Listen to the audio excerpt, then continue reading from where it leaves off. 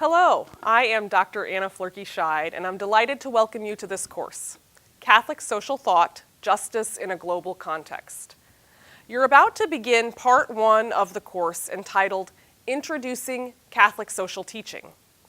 This first part of the course includes 3 units in which you first will gain a general understanding of what Catholic social teaching is, second, study its sources and methods, and third, develop a clear understanding of the relationship between charity and justice.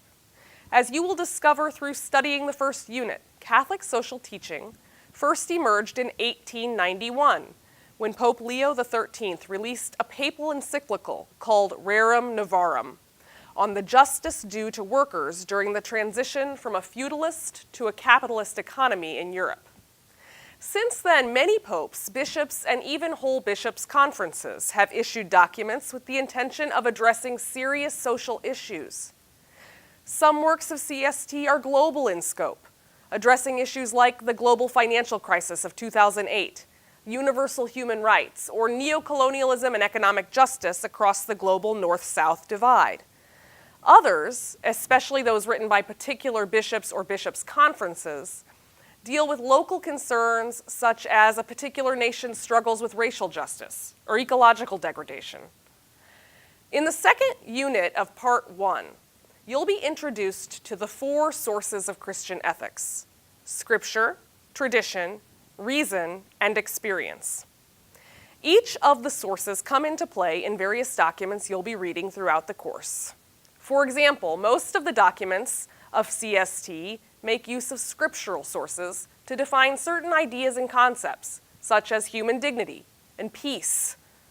Likewise, the document Rerum Novarum makes use of the method of natural law, understood as reason, to explain why human beings have a limited right to private property.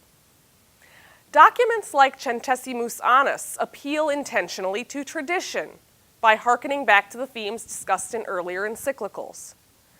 Moreover, the writers of the African Banjul Charter of Human and People's Rights bring to bear the experience of colonialism on their declaration that not only individual human beings, but also whole cultures have rights and dignity that ought to be respected. Finally, in the third unit of part 1, you will begin to make critical distinctions between charity and justice. In the Catholic social justice tradition, charity and justice are both important for fostering individual human dignity and the common good. Charity works to meet people's immediate needs for things like shelter or food. Justice, on the other hand, tries to identify and correct the root causes of social problems. For example, charity offers a homeless person shelter for the night. Justice asks, why does our community have a problem with homelessness? How can we correct this problem?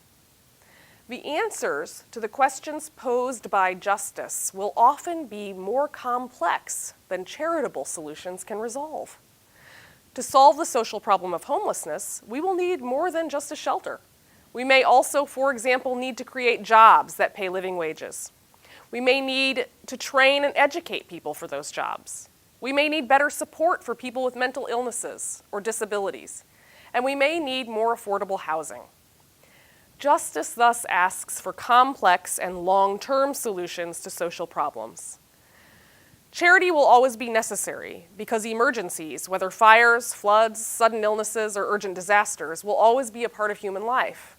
But ideally, justice is trying to create a world where charity is less often necessary,